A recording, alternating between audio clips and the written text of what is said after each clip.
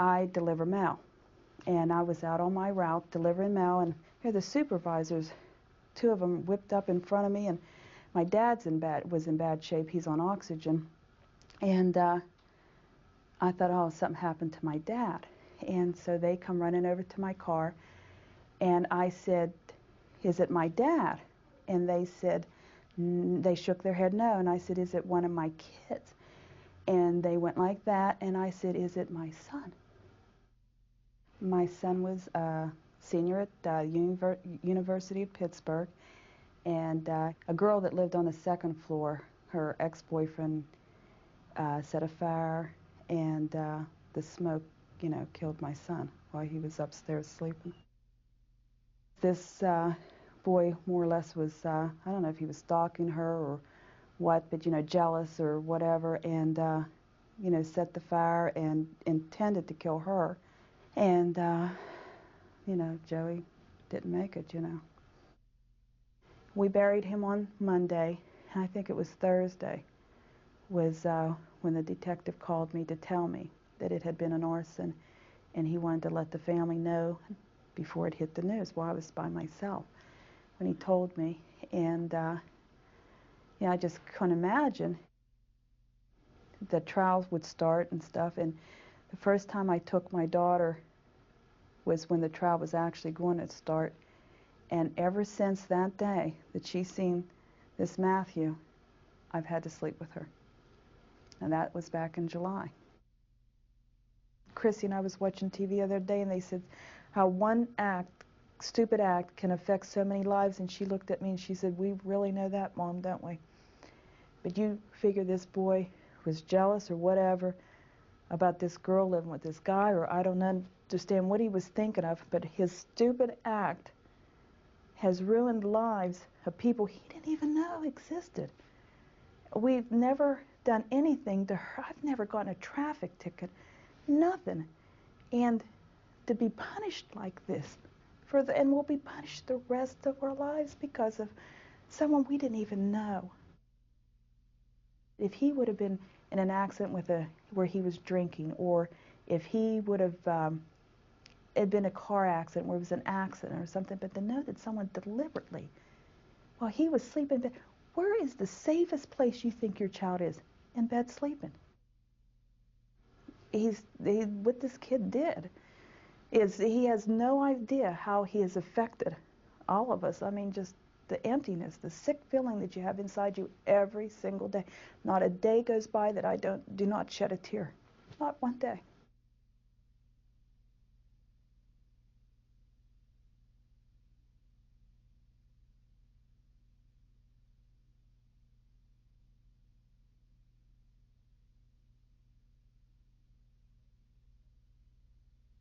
I'd gone through a couple of years of problems. My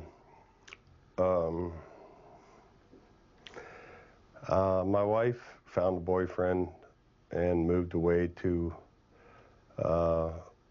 Cleveland. And then my mother started getting sick. So I came home to take care of her, and we were together for about 8 months, and then she passed away. And I had just gotten a job with a real estate company where I was going to do their maintenance for them. And I was in an alley behind their property bringing a key back. Somebody followed me back to the property. Well, these are all fun-loving people, and I thought it was a mistake. I thought it was a joke. Somebody pulled in behind me and got out and approached me with the fact that he thought I was somebody else. He thought I was somebody that had stolen a stained glass window from one of his properties. And I just happened to be working across the street from one of his properties.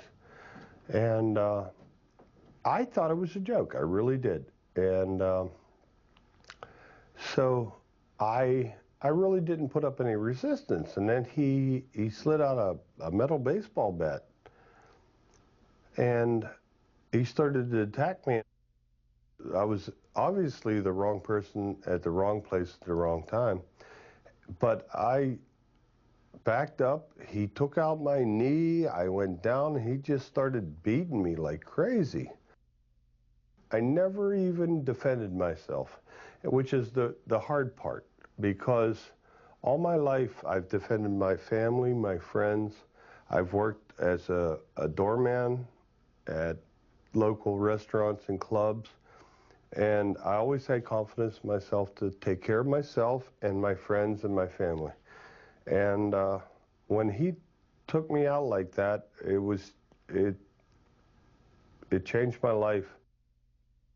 I'm very angry, and I mean, from time to time, I'll burst into these screaming fits in my own house. You think I'm talking to myself? I ain't talking to myself. I'm just mad. It's tough when you can't physically do what you want to do. I can't climb ladders. I have no knee. My muscles and tendons are crushed. And it's going to take 4 or 5 years to maybe build up the strength in my knee that I could even climb a ladder. I've been going through a lot of depression. I sit on my couch and cry, and I live like a spider. I mean, I keep my blinds closed. I'm scared to death to answer the phone or answer the door. And that ain't right. I'm almost 6'3". I weigh 225 pounds. And yet I'm scared to walk from my house to my car. You know what aggravates me the most is I was just at the point where I was ready to rebuild my life. I look to the future and I see things, but I'm not impatient, but I really want to get back to where I was.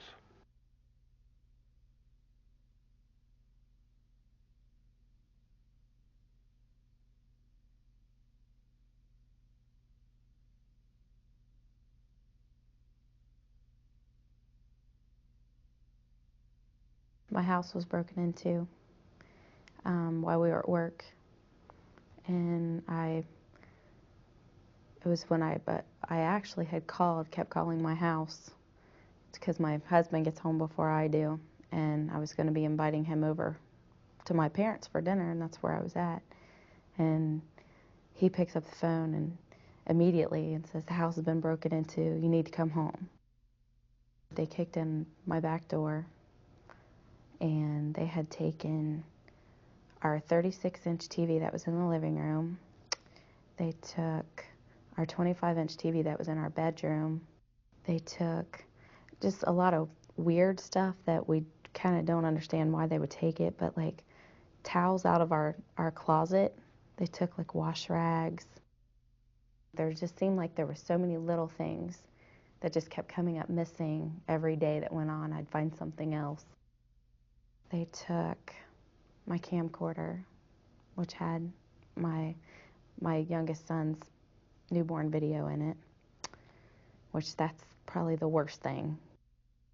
They could care less what's on that video. They're not going to watch it. They probably just threw it away. But that's my, that was my baby, my newborn baby on there that I'm never going to get that back. A detective tried to get fingerprints on like the computer because they had messed with that, and he couldn't. We've never heard anything back. I just wanted my things back. I mean, granted, they came into my house, and I don't think it would have been the greatest to get it all back, or to find it. I still would have been that. I think that would have probably been traumatizing too, is knowing that they had them, and then they got them back. It's like, what have they done with them? We ended up getting a security system, but there's still times when, like, if I come home by myself and I have the kids and it's dark, our garage is detached from the house, and it's like I just want to grab the kids and run, and I make sure that my oldest son doesn't leave the garage until I've got the baby out, and I just almost want to run, hurry up and lock the door, run, shut the door. I mean, I don't even set anything down until I've shut the door and locked it, and I mean, that's not a good feeling, and I do that anytime I'm by myself. I'm always really scared. You feel violated. It's just like they've been in your home, they've been through your things, and it's not a good feeling. And that's yeah, they're there for 20 minutes to wreck your life for, your sense of security for a year. It seems like such a small thing to, to get burglarized, and that it wouldn't be that big of an impact, or it wouldn't really affect you since you weren't there, you weren't physically being harmed. But it is, it just, mentally, it messes with you. And just not feeling safe in your own home is not good. Not a good feeling at all.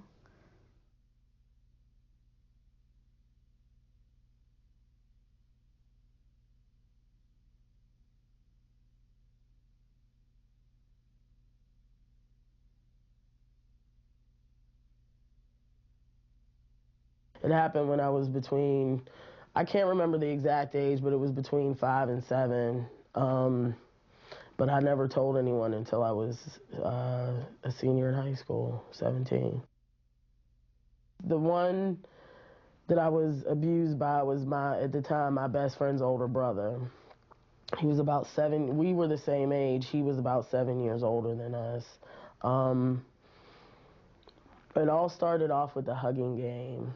He would take us into his room, her and I individually, and we would sit on his lap and he would hug us. And to any child, that feels really good. It was a fun game, But he was very weird about it. He said we couldn't even talk to each other about it. Her and I couldn't talk to each other about it.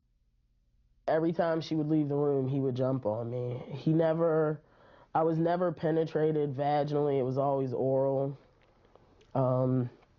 Mostly he would lay on top of me. I couldn't even breathe. He would say stupid things like, well, why didn't you say something? How could I? When I told my mom, I remember we were in my room, and I just kind of broke down. I started crying, and I ran out of my room and ran downstairs. And it was like, I didn't want to tell you this. I didn't. She's going, what don't you want to tell me? And finally, I just laid it all out there for her, and she was she was upset. She was hurt. And I didn't tell her who it was. I didn't tell her for about a year or so who it was. It took a while for me to tell her. She got me into therapy right away. It was never a question of, are you sure this happened? Are you sure you're not making this up, or you're just remembering things wrong? She never doubted me. And to this day, I wish I had said something to her years before, but I couldn't. I was depressed for a long time. I didn't even realize I was so depressed for a long time. All I ever did was sit in my room and watch television and eat. I have a hard time trusting people, or I just jump in like feet first without them giving me any reason to really trust them. Usually I find I've gotten burned like that a lot of times, but it's like, because I feel as though when I was that young, I wanted to be able to do that with someone and I couldn't. So now I'm still kind of looking for that. When I walk into a room, within 10 minutes of being in that room, I know every way out of that room, including if I had to jump out of a window. And it's like instinct to me now. I don't even realize that I do it anymore. But I'm always looking for an out. I'm never trying to be trapped in the corner. Never again. I recognize now that it's not about sex at all. It's all about power. And I really do fear that a lot of them get off on that. The whole idea of you hurt me, you're hurting people. I think that's what they're looking for. It's weird for me to talk about this because it's so third person, because I do feel as though she's still with me. She's still in there. That little girl is still, she cries sometimes still, and it's like, it's okay. It's okay to cry. I'm still angry. I think I have every right to be angry, but it doesn't rule my life anymore.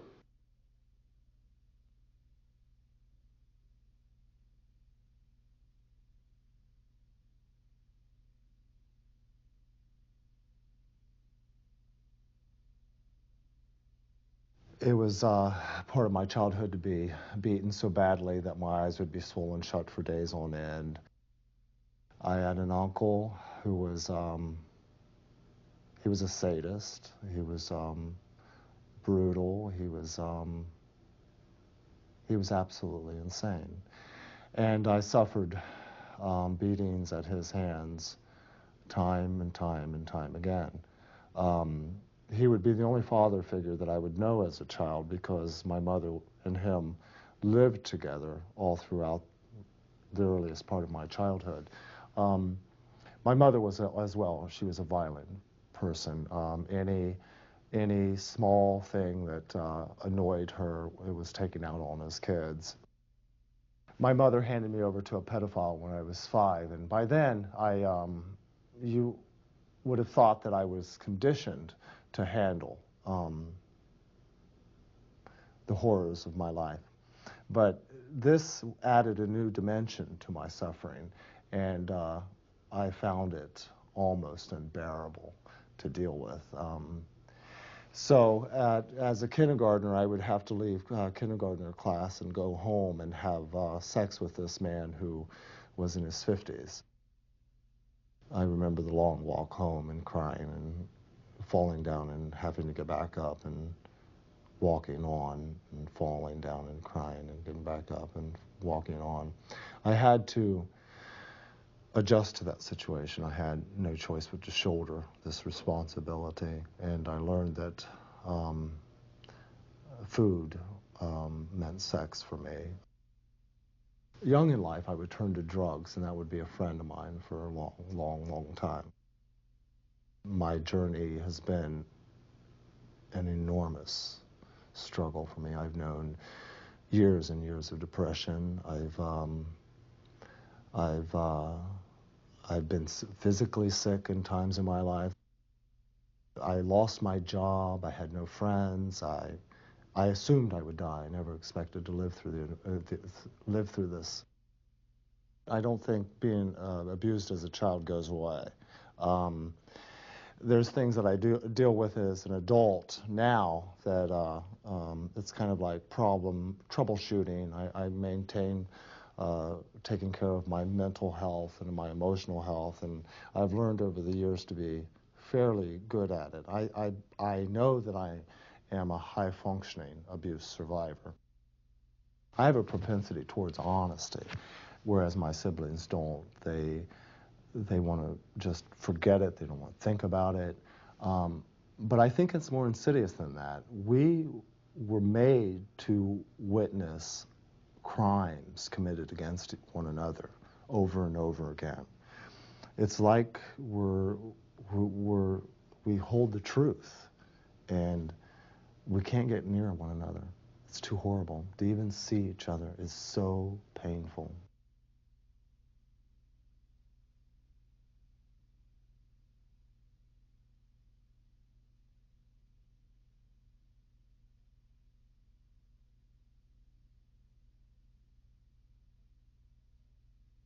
When I was 16 years old, a senior in high school, my girlfriend and I were coming home from snow skiing, and she had just taken her eyes off the road for a minute, and we hit a truck, and my neck was crushed, and it left me paralyzed from the neck down.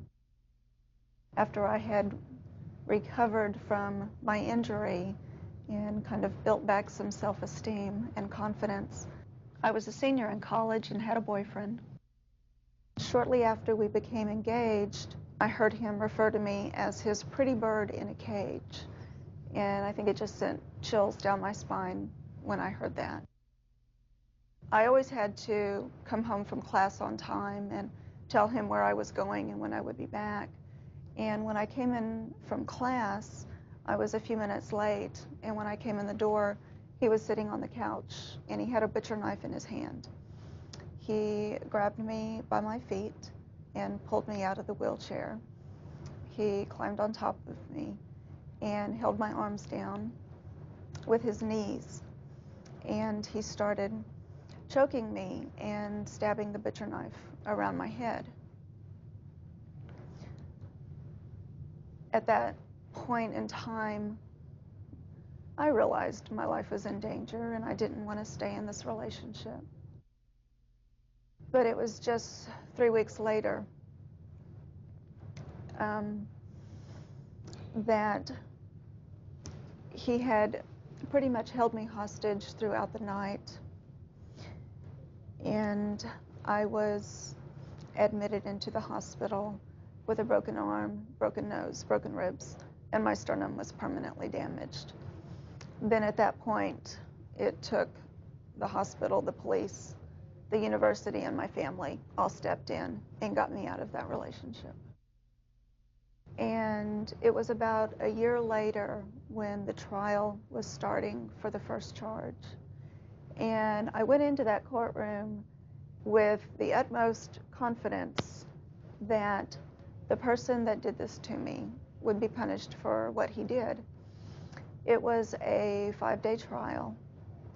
On the witness stand, his attorney portrayed me as a woman with a severe disability that no other man would ever want or ever love, and how wonderful his client was for giving up his life to take care of me. And in a jury of 12, my batterer was found not guilty. That was completely devastating for me. I felt re-victimized, only this time by the system. What was so difficult for me is I knew there were other people that went through experiences of domestic violence, but I felt like I was alone as a person with a disability going through that. And there were so many layers of issues with my disability that contributed to the abuse, made it more difficult to get away and to recover from. I had moved to California after the abusive relationship, and I was out there, and I had just completed my master's degree in social work. And this was 6 years later, in '96. And it was one Friday evening about 8 o'clock. I was sitting on the living room floor, and I had my bedroom window open, not unlike all the other apartments in my complex. And I heard a noise in my bedroom. I called for my caregiver to come to see what the noise was. And the next thing I saw was she was walking out of my bedroom backwards. And there was a man that had a gun to her head. And behind him was another man with a knife. Then the man with the gun went to the sliding glass door, opened the door, and in walked 2 more men. So there were now 4 men in my apartment. And they pulled all of the phone cords and all of the lights out. And they burglarized my home, and I was raped and repeatedly told that they were going to kill me. I know that the reason I was chosen is because of my vulnerabilities with my disability. I could not run from them. I could not fight back. I hardly even have the strength in my voice to be able to yell. I'm an easy victim, an easy target. Those 4 men were never caught. I see all of the additional stigma in our society for people with disabilities. I see how they are being targeted for crime and abuse. And for me, I felt like those experiences happened to me, and I don't want to just bury them and not do anything with those experiences. And people with disabilities is a huge population, and I think it's important for everyone to realize that people with disabilities want to be treated fairly and equally in our society like everyone else. And we want to have the same services and the same respect as everyone else in our society.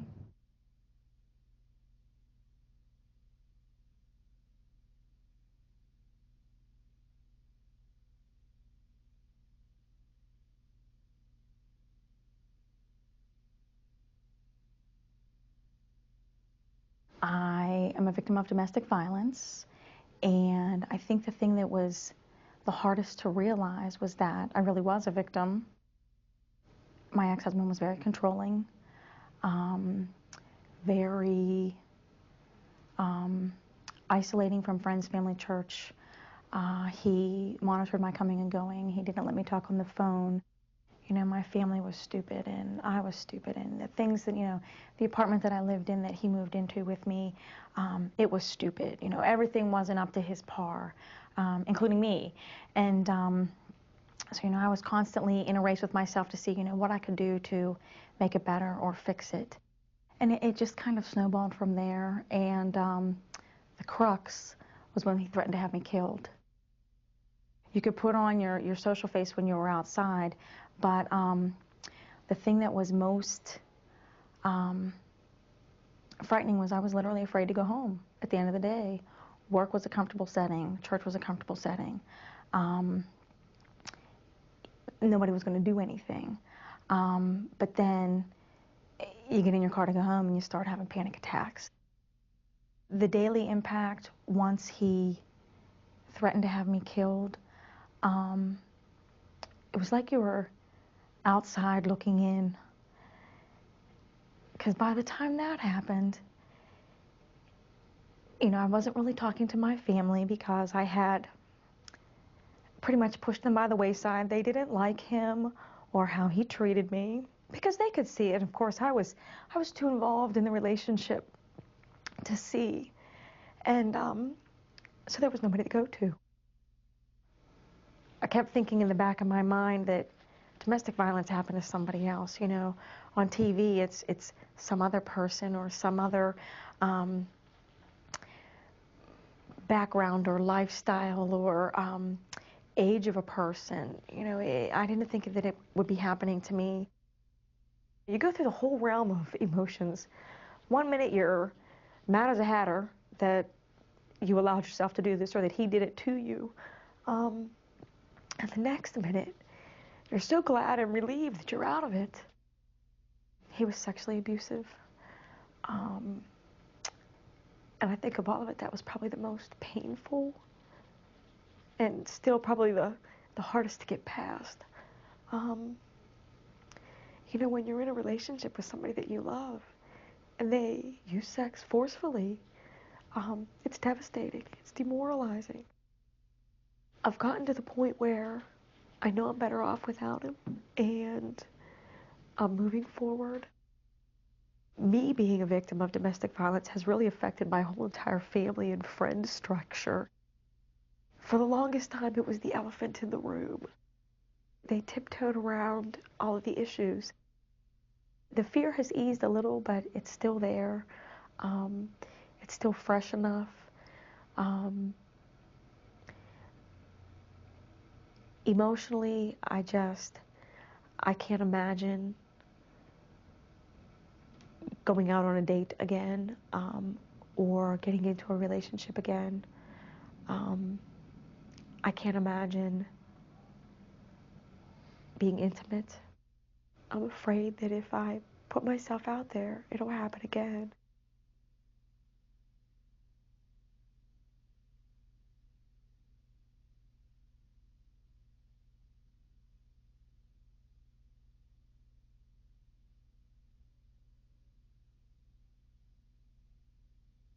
My daughter and I were going to the grocery store in the morning in November of 1979, and she was 5 months old, and we were hit head-on by a drunk driver.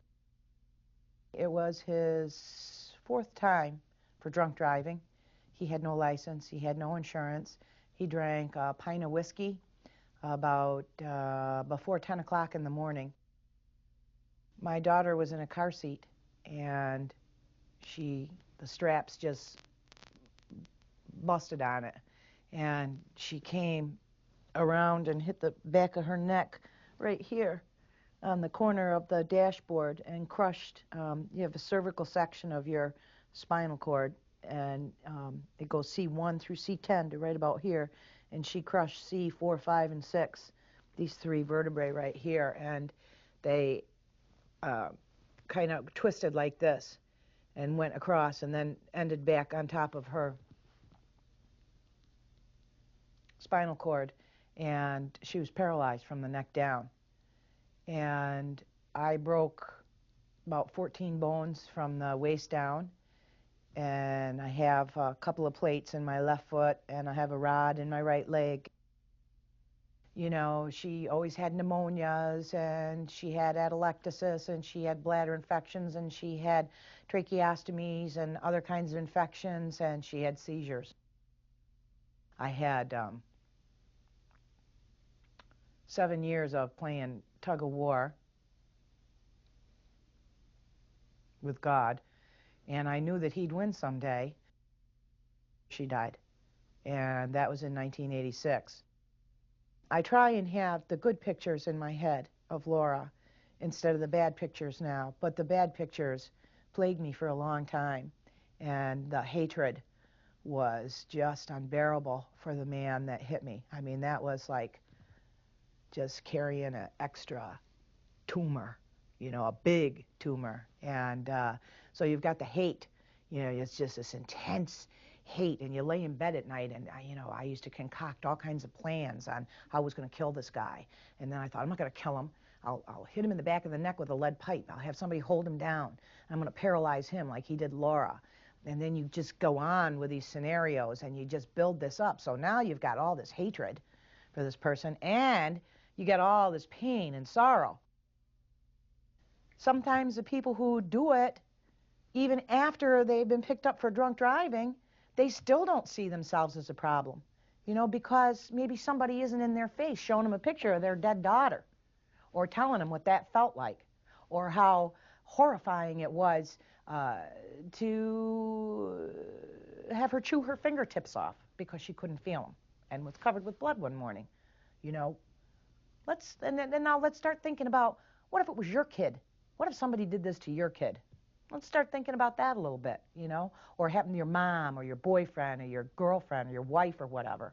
You know, start thinking in those terms a little bit, and, you know, maybe that'll, I don't know, help deter you. You want a drink? Drink. Take a cab.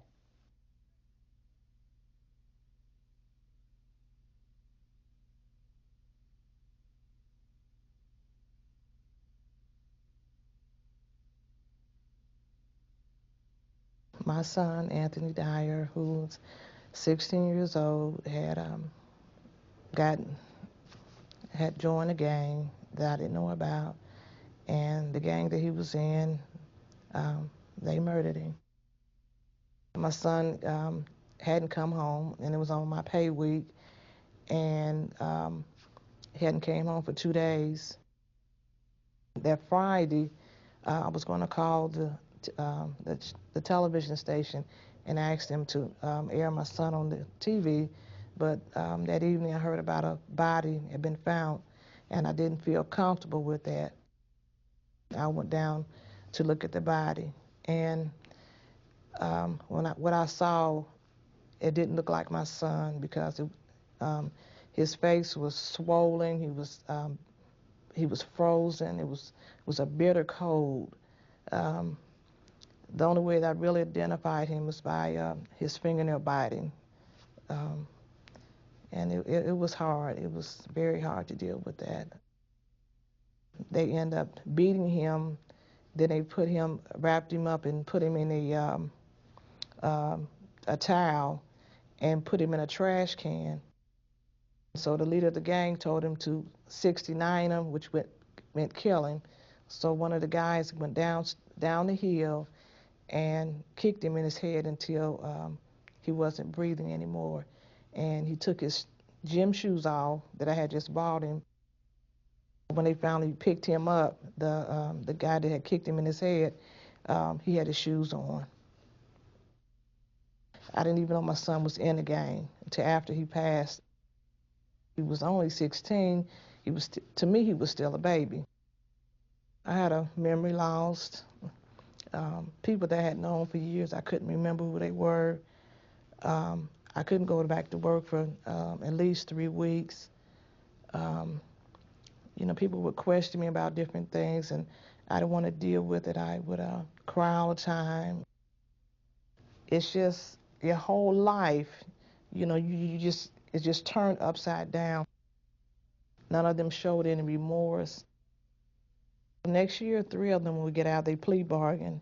Some of them got 7 years. One of the girls that cleaned up the blood at the apartment that he had got beat up at, she's out. The leader of the gang got 15 to 30. The one guy that had his gym shoes on, he got 12 years. No, he got 16 years. And a guy that took his clothes off and burned them, he got 12 years. So they all got time. If you've committed a crime and it's totally shut out and you're going on with your life, well, their family, they're not going on because their life is forever changed. It will never, never be the same. And it hurts because I know my son wanted to live and it wasn't fair. It was not fair.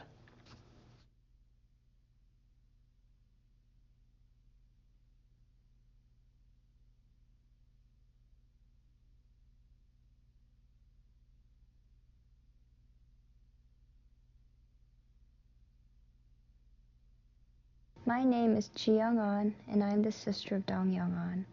It was a long and difficult decision to sit and write this statement. Bringing up the feeling and memory is still something I avoid doing. It was a Sunday, and I think he was playing basketball with our church youth group, Korean church youth group kids. They went over to a local school court to play, and 5 or 8 white teenagers came over. He said he didn't know them. They asked, "Do you want to play 5-on-5?" And they agreed. They started playing basketball. It seemed like the white boys were purposely fouling, pushing them, shoveling, and that happens in basketball. So my brother was the oldest among the kids who went with him. He said, "Come on, let's play. Let's just play a game. Why are you guys pushing?" And they would keep on pushing, snicker about it together, So it came up to a point where it grew into an argument, and my brother said, "I had enough, we're gonna go." And that's when they started kind of, "Who the F do you think you are?" About 5 or 8 more kids came, so there were in total about 12 to 16 kids. He heard from the back, "There's that chink standing there alone. Let's jump on him now when he's alone." My brother turned around and they circled him. And they're like, "Chink, go back to your country, and we're not even from China." After they spit on his face, they knocked him to the ground. 4 or 5, maybe even more kids started to step, stomp, and kick his head, face, and back. He was lying on the ground. He did not fight back. All the facial cheekbone was all just cracked into pieces. Nose bone fracture, and he lost sensation. There was a nerve damage, so he lost sensation on 4 of his upper teeth and whole bottom of the part. He doesn't have sensation till now, and it's been about a year since that happened. The police report was that they wrote it up as if it was a gang fight. That they were playing basketball, they got in an argument, it was a mutual fight. They thought it was a Chinese gang versus American white gang, and that offends me, just because of the description of how I look and how we are. The image of my brother falling on that concrete floor and people stepping and just kicking with shoes on his face, I couldn't get that image out of my head. What goes through one's mind when they kick and step on a living human being just covering his face and head to survive? What does one have to do to deserve all this? Getting into an argument playing basketball? I had a chance to read my victim impact statement at the court. I wanted to see the kids who did this to my brother. And after I read my statement, I said, just because someone speaks less English than you, just because someone looks a little different than you, and whether if it's the same, that doesn't give you any right to step, to kick or spit on someone's face. And the response I got from him was, "I'm sorry I caused you such inconvenience. And but if you think I'm a racist, I'm not, because I don't treat people by their color." hate crime, you know, it's not something explicit that you can see. You are just hitting or you are just punching someone due to your anger or your frustration. But the impact, the hurt that that person has, they carry on for life. And the people around that person who love him or her, they carry on the same pain. To see someone that you really love suffer and go through pain, that's not an easy thing to carry because it always stays in the back of your mind and it really hurts.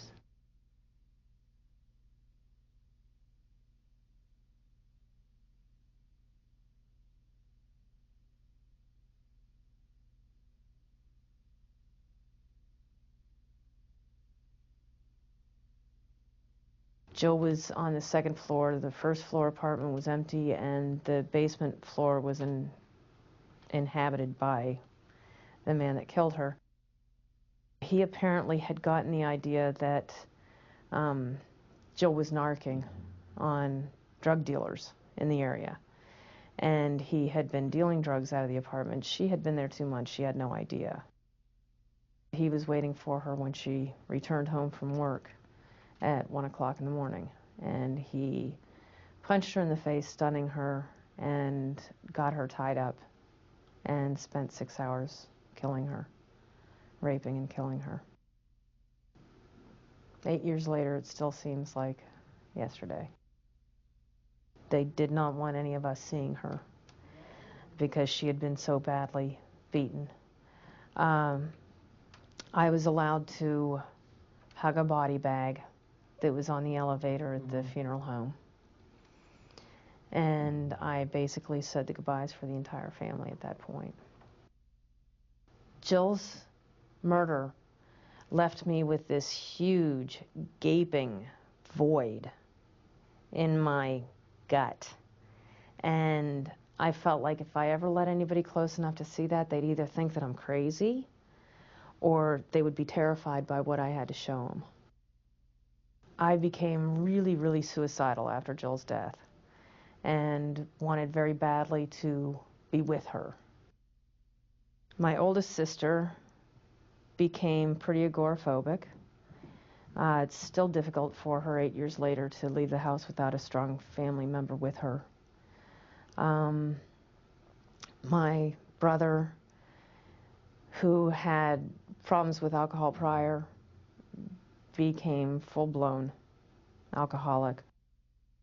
Now I'm hypervigilant, so unless I know everything that's going on, I'm not comfortable. 8 years later, I'm still sleeping with the door locked. I have insomnia now, stomach problems that make it impossible for me to eat out. It's like traveling grief. So it just keeps remanifesting in different areas. But it's all the same pain and anger that are sitting in there. I got the nickname Angry Amy when I was working at the salon. And I don't think I was showing any anger at all, you know. Some of my reactions, you know, if this guy that's in prison for my sister's homicide, if he gets raped and killed, I don't care. And maybe that's what they were perceiving of anger. I don't see it as being anger. I see it as being realistic. I can't care about his life. He was found guilty of first-degree murder. He was found guilty of rape. It was death penalty plus 60. The death penalty was then overturned on appeal to a life sentence. The biggest thing as far as offenders in homicide goes is the fact that there is not just one victim. You're not just stopping at that one person. They are destroying many, many lives. My quality of life will never be the same as it was. You know, my innocence is completely gone. There's very little that life can show me that is going to be as good as when Jill was alive.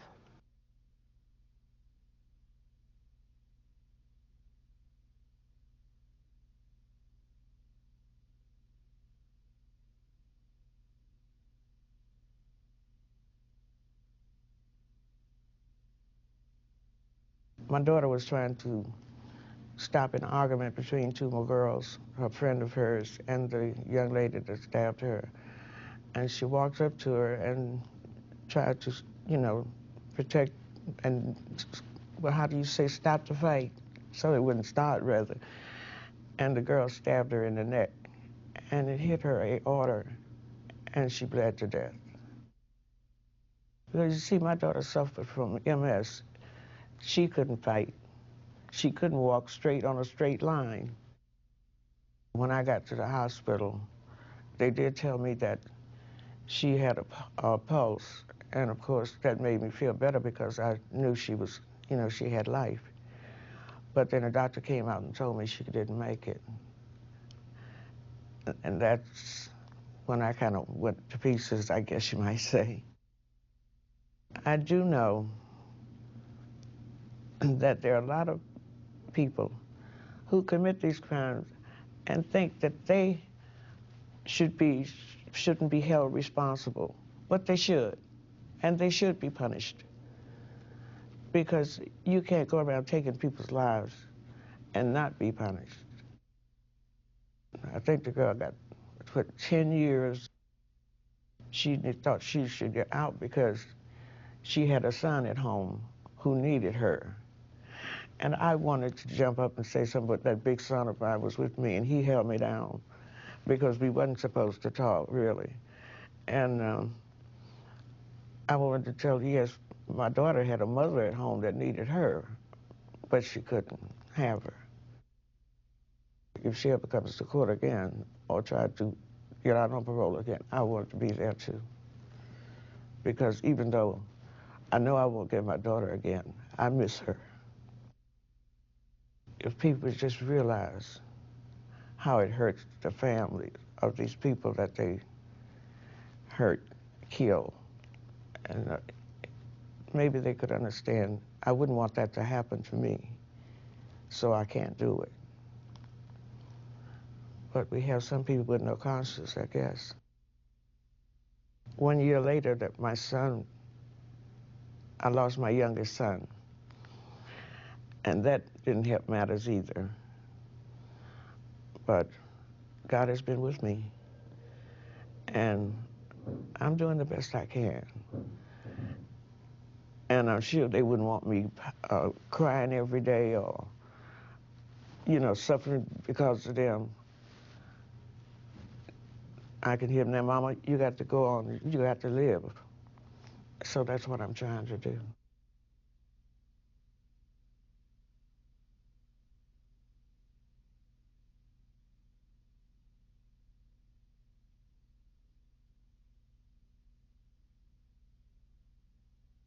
I was carrying on doing routine housework, and I had gone outside for a few minutes to check a dryer vent, had come back in, left a door unlocked just for a matter of moments. And before I could go back to close that door, to lock that door, a man came in through that door, came up from behind me, threatened me, took me out to the woods behind my home, where he robbed and raped me. I really feared that I'd never see my husband or children again. But he did let me go, but with the words, you remember that I know where you live, and if you tell anyone, I'm going to come back and I'm going to kill you. And in a small town like we live in, to relocate would have been, you know, of no use at all, especially my husband's a police officer. He'd been upstairs asleep during that time that the man came in, but he'd been up for over 30 hours, and I knew that if I screamed, then I was afraid that it would, the end result would be not only my death, but his death as well. I'm the protector, I'm the husband, and I felt like I had failed. And as a police officer especially, and here this happens not only in my own town, but in my own home. My husband called the police. I begged him not to. I knew that this man meant what he said, that if I had told anyone that he was going to come and kill me. Of course, I went into immediate shock. I was like a zombie. It was like, this can't have really happened to me. You know, I've got to be dreaming, and I just can't wake up. I couldn't sleep.